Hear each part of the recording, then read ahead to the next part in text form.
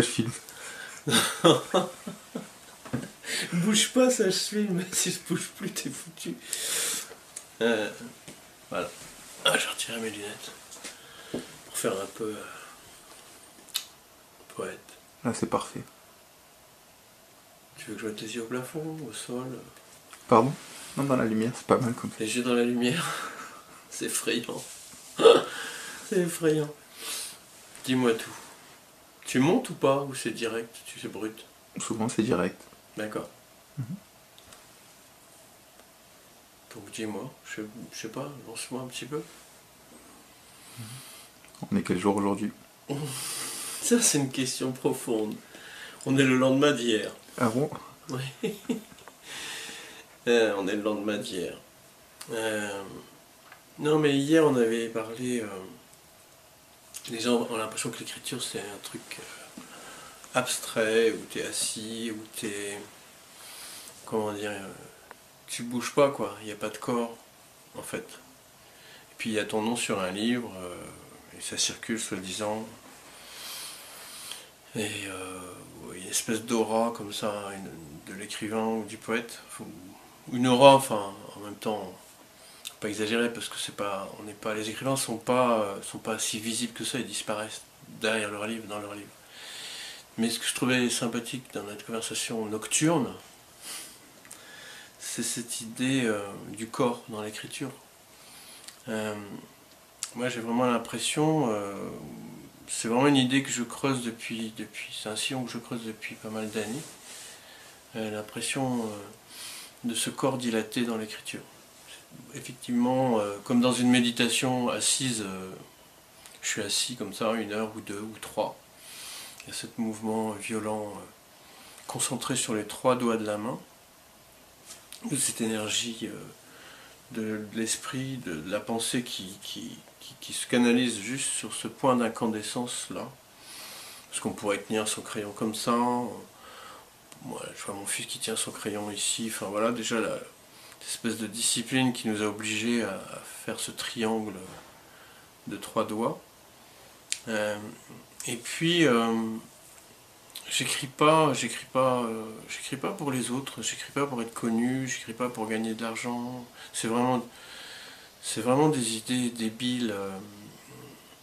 C'est vraiment des idées qui sont à côté de la plaque. Parce que profondément, depuis 40 ans d'écriture, à peu près, depuis 40 ans d'écriture, il y a profondément une expérience intime, une expérience étrange, à la fois de silence. Il y a un silence qui se crée dans l'écriture, le fait d'écrire, le fait de dérouler sa pensée comme ça, de la laisser se dérouler, de vider son espace mental, comme dans un exercice de méditation, ça crée une sorte de flottement du corps. Il y a un moment, il y a une perte des contours, je ne sens plus mon corps. Je sens plus mon corps assis sur cette chaise, je sens plus mes doigts sur cette page. Le mouvement de la pensée m'emporte plus loin. Et ça me fait toucher du doigt, c'est le cas de le dire, mais surtout, c'est même pas que ça me fait toucher du doigt un autre espace et un autre corps. C'est vrai qu'il y a cette sensation du corps quotidien qui est un corps contracté.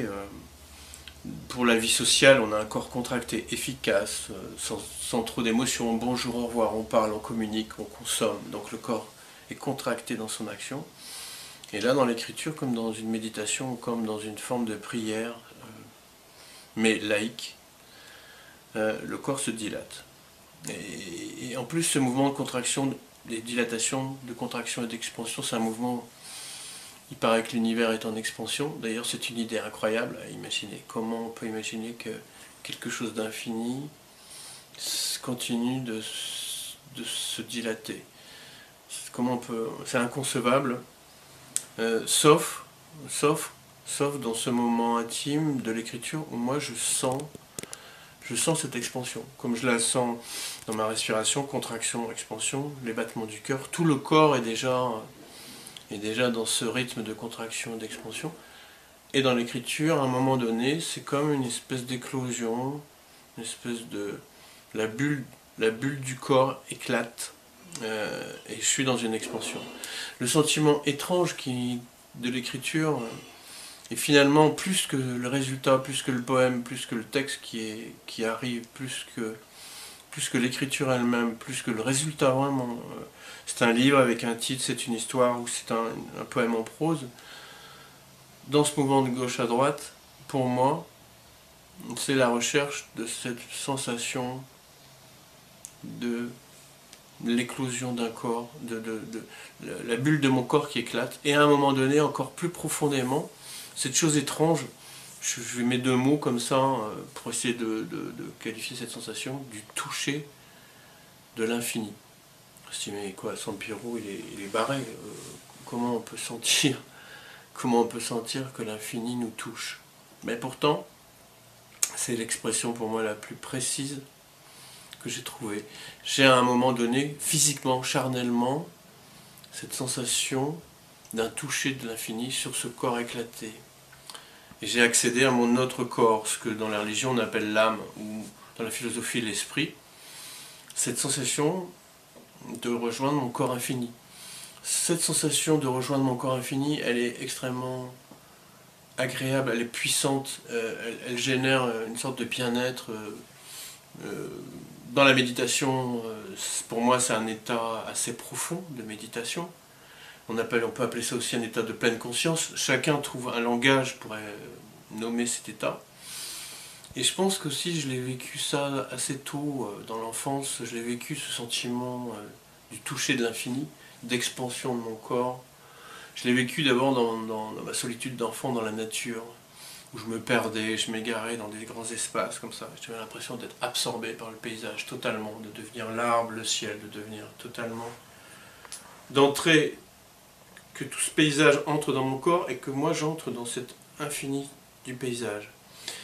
Ça procure une joie, ça procure une détente. C'est presque un moment, c'est peut-être une illusion, mais elle est forte, c'est presque un moment où on n'aurait pas peur de mourir.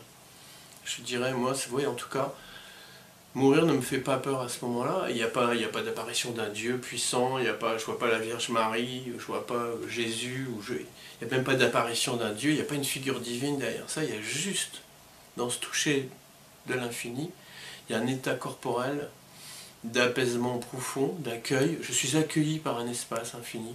Ça aussi, c'est complètement surréaliste, mais c'est pourtant réel comme sensation. Je suis accueilli dans cet espace infini et j'ai l'impression que je ne sais pas où je commence, je ne sais plus où je finis, je ne sais pas combien jusqu'où ça va durer. Il y a une espèce de ce sentiment du toucher de l'infini. C'est comme si l'espace et le temps se recouvraient et me recouvraient. L'espace et le temps me recouvraient. Et effectivement, la peur de mourir tombe en poussière. Il y a vraiment ce sentiment du voyage vers l'autre corps. Je l'ai vécu donc de façon presque, dans l'enfance, de façon presque initiatique, dans mes promenades solitaires, mais aussi, c'est amusant quand j'allais voir ma grand-mère et mon grand-père. Moi j'étais une famille bruyante, ouvrière, 3 enfants, plus des enfants qui venaient à la maison, qui étaient de la DAS, etc. Donc on était une famille, il y avait des injonctions, des interdictions, il y avait beaucoup de langage pour ne pas faire ou faire des choses. Et quand j'arrivais chez mes grands-parents, c'était le silence. C'est-à-dire que c'était des gens qui ne parlaient pas, ou très peu. J'arrivais, j'embrassais ma grand-mère, je m'asseyais en face d'elle. Et je la voyais à la fenêtre, assise, comme ça, contemplative, mais vraiment ailleurs. J'avais entre 6 et 12 ans. Et je m'asseyais à côté d'elle, et elle n'attendait rien de moi, elle ne me demandait rien, elle ne me parlait pas.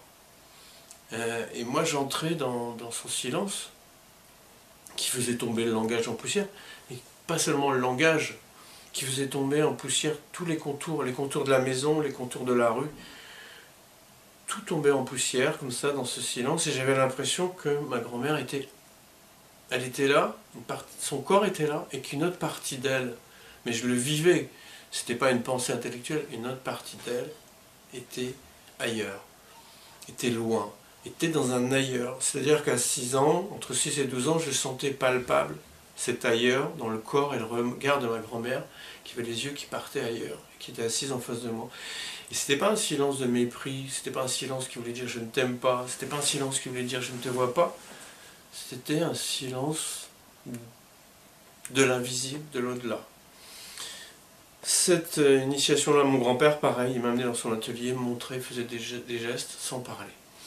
Et c'est étrange à quel point aussi je me suis aperçu que dans mon écriture poétique, toutes les images qui sont employées, toute la vibration, il y a une question, on pense le langage comme avec du rythme, avec des mots, avec des images, avec du sens, on pense le langage comme ça, le langage poétique, mais il y a quelque chose, moi, dans le langage, de vibratoire. Je pense, par exemple, l'équivalent chez certains peintres de cette vibration. Je pense à Giacometti, par exemple, quand il fait ses portraits, où il fait des portraits de personnages avec un fourmillement de lignes, une espèce d'irradiation de lignes qui tout à coup font surgir un personnage.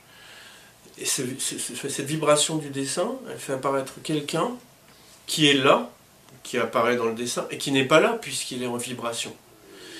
Je pense à Eugène Leroy avec ses superpositions de couches de peinture, etc. Et c'est un peu la même chose, c'est-à-dire que dans l'écriture, je m'aperçois que je touche à ce moment vibratoire du langage qui fait tomber le langage en poussière.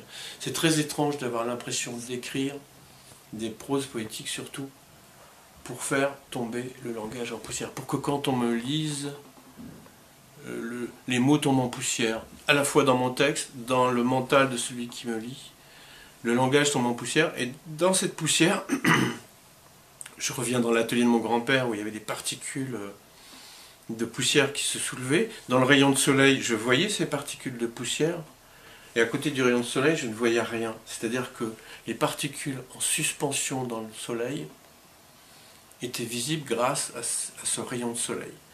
Il y a donc la page blanche, cette espèce tout à coup de possibilité laser de la présence et de rendre présent ces particules invisibles qui font tomber le langage en poussière. Dernière expérience très proche de ça, de l'écriture et de la méditation, qui pour moi sont deux actes charnellement très proches, pour accéder à ce toucher de l'infini.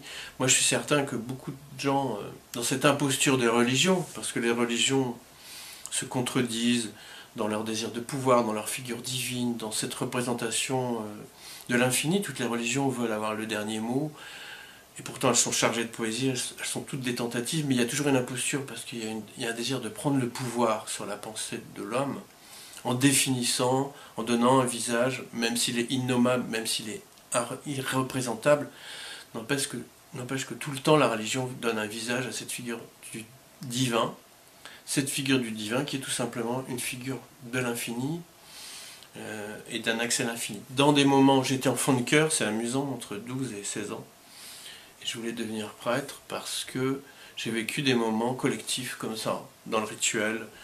Ma page blanche, c'était mon aube d'enfant de cœur, mon aube blanche, etc. Il y avait la petite sonnette, la petite cloche qui donnait un rythme. Comme dans les mantras tibétains, il y a une espèce de gong ou de...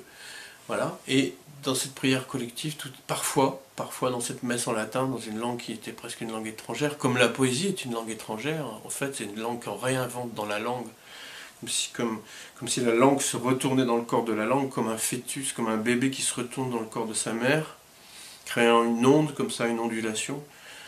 Et le ventre de la mère bouge, ondule et communique, donc le visible et l'invisible se touchent et communiquent.